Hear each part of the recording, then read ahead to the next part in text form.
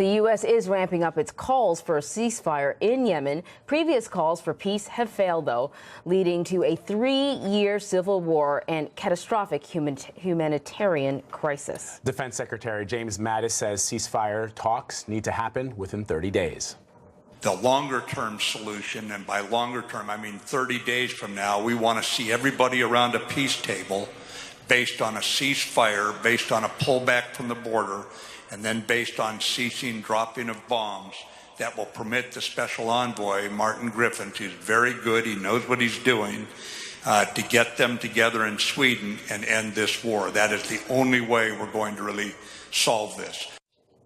And CBSN contributor Gabe Lipton is here to take us through the latest. He writes for Signal, a newsletter produced by G0 Media. Good to see you, Gabe. Great to see you guys. That photo of little Amal Hussein, when I first saw it, it was first in the New York Times. It just crystallized what this is all about, what's going down in Yemen at the moment. And I think it did for the rest of the world. But it's been going on for a number of years. Why is the U.S. now calling for a ceasefire? Yeah, I mean, as you mentioned, the scale of the human suffering, almost 14 million people that are sort of at risk of famine, it's one of the worst humanitarian crises we've seen in almost a century. That's what the UN said. And I think what's changed now in the U.S. position, and to be fair, the U.S. has been calling for a ceasefire now for a few months, is really this spat with Saudi Arabia over this journalist, Jamal Khashoggi, who was killed.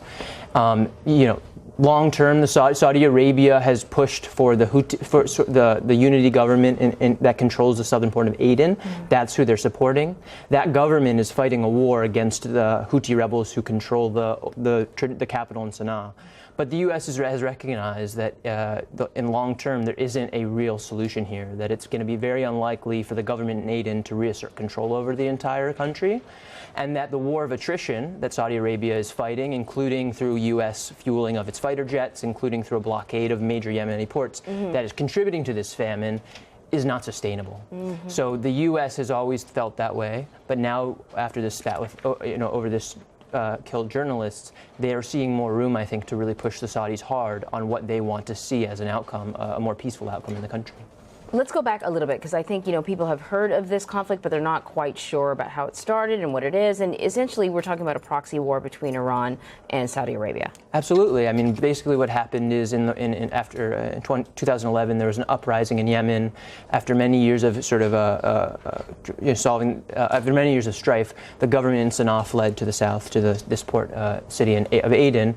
And there's now this ongoing struggle. Iran is backing the Houthi rebels that control Sana'a, and Saudi, the government in Aden.